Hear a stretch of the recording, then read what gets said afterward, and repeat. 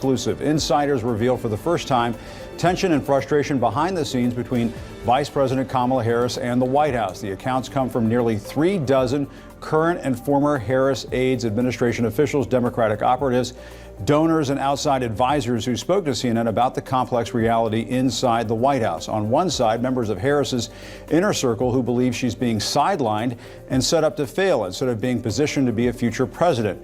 One former high-level Harris aide put it this way, we put this up on screen, they're consistently sending her out there on losing issues in the wrong situations for her skill set. Kamala Harris's horrible leadership and execution skills, combined with her just being an outright nasty person, is about to sink her campaign.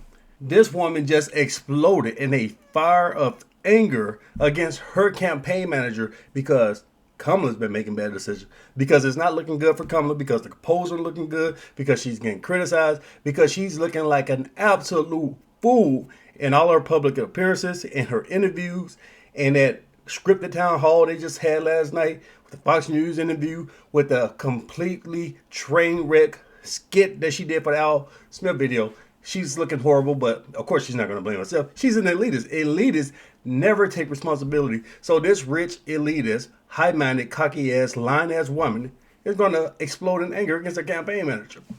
But I'm not surprised at all about this, because looking at her over the years, I get very bad vibes of her. I can tell there's an inner demon inside this lady. She's mean as hell to people, and she's fake trying to act friendly in front of the camera.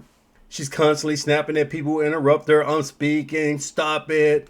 Just nasty, completely nasty to people, telling her own voters to shut up about Palestine. Do you want Trump to win? If not, just shut up. I don't care about Palestine. We're not going to talk about it. It's either me or Orange Man.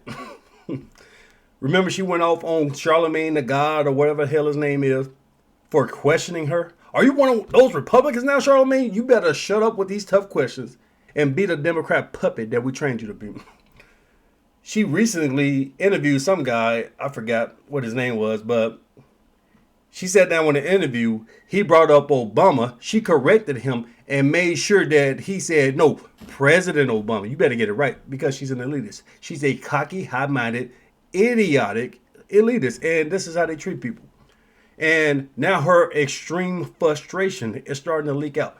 So we've been getting little leaks here and there for years about staff quitting, staff having trouble, and Kamala being nasty to people behind the scenes. But now it looks like the floodgates are about to be blown open. So we're going to look at this article here. Her staff manager is Julie Chavez Rodriguez or something like that. And we're going to see what these leaks were about.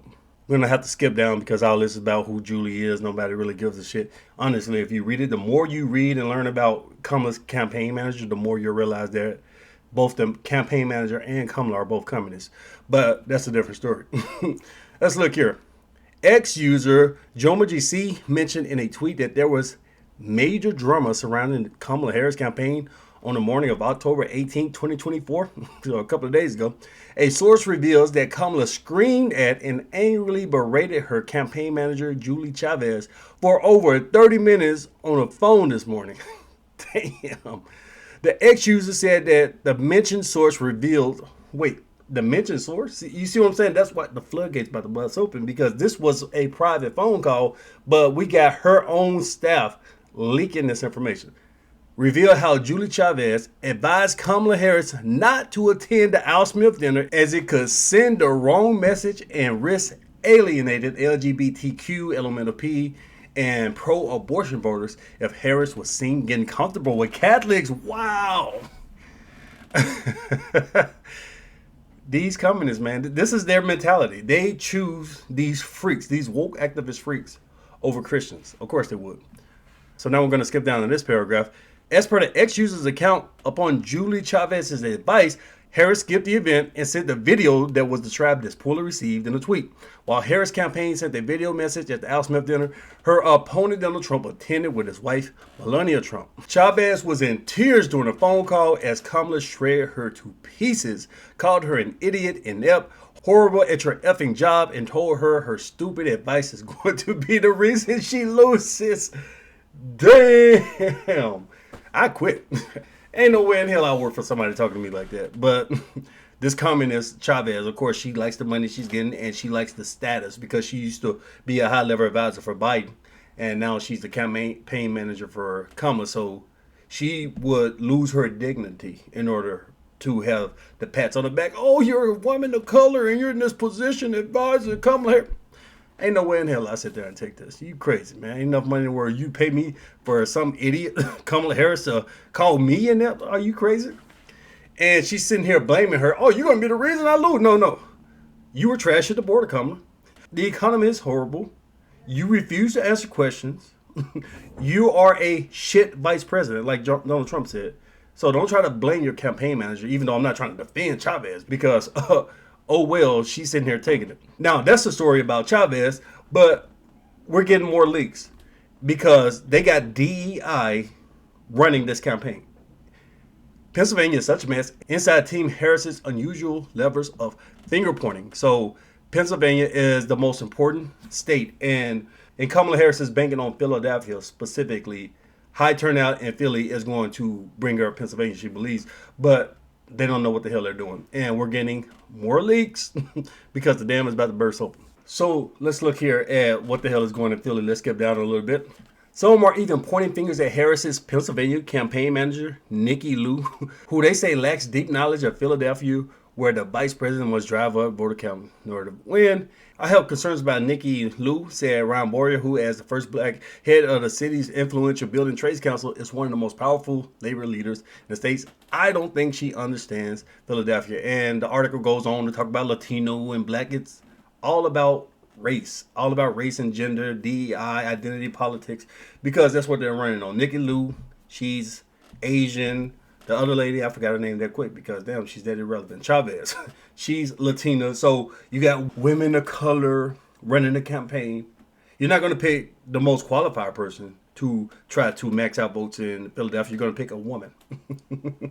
And when it turns out that the woman doesn't know what the hell they're doing, that's on you, Kamala. That's your decision. Now, let's look at one more excerpt. This is from Fox News. So over the last couple of years, Kamala Harris is experiencing a 91.5% staff turnover rate because she's a bitch.